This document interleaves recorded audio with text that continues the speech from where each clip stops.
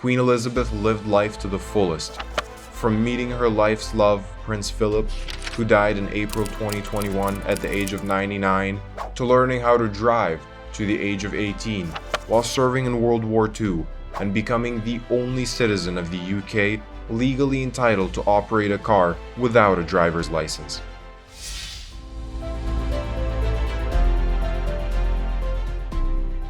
Elizabeth joined in the Auxiliary Territorial Service in 1945 and completed her mechanic training there. She was the first female member of the royal family to join as a full-time active member in the armed forces.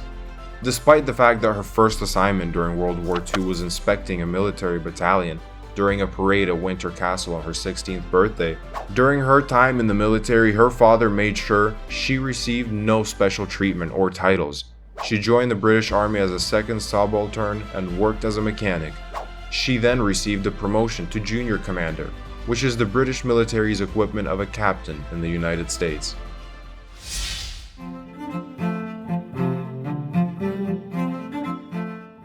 Although the royal chauffeur was at her beck and call, the Queen liked wearing a pair of elegant sunglasses and a silk Hermes headscarf, and taking a joyride in her favorite Jaguar or Range Rover. She never had a driver's license though. Princess Elizabeth insisted on joining the army in 1944 when she was 18 years old and learned to drive while working as a mechanic for the Women's Auxiliary Territorial Service during World War II. It was not necessary for Her Highness to hold a passport for overseas travel, a license, or a license plate on any of her vehicles. The official website of the royal family explained this in reference to passports specifically.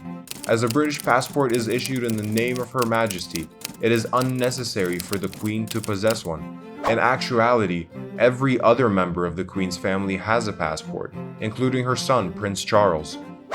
During her lengthy reign, Elizabeth took full use of her liberty to travel without a passport, visiting over 300 states. She also made the decision not to have a last name, and despite the fact she didn't require a license, she had some things to say to the states, who refused to provide women driver's licenses. In 2003, the Queen was visited by Crown Prince of Saudi Arabia at Balmoral Castle in Scotland. The Queen was fully aware that women were not then permitted to obtain driver's licenses in Saudi Arabia.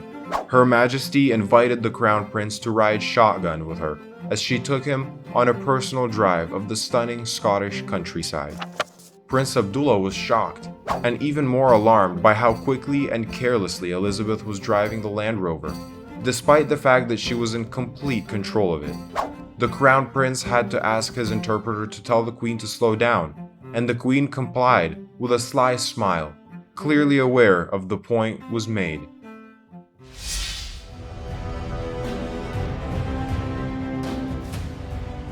On September 9, 2015, the Queen became the longest reigning monarch in British history, surpassing her great-great-grandmother Queen Victoria's reign.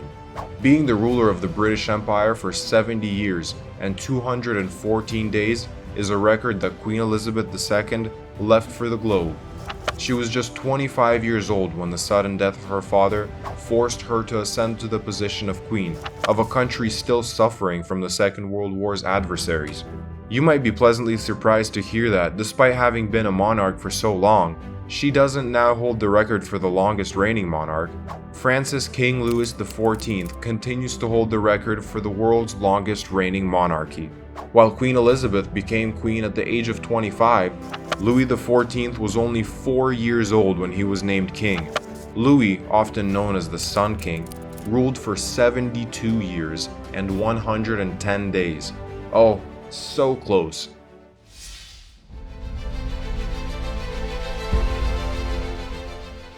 Ahead of the Apollo 11 moon landing in 1969, dozens of global leaders were requested to write messages of goodwill that were put onto a little silicon disc.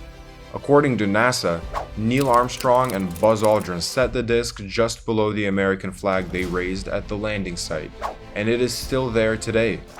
On behalf of the British people, I salute the skill and courage which have brought man to the moon.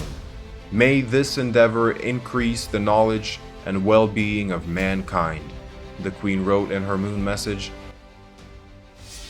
Thanks for watching Mysterious Curiosity.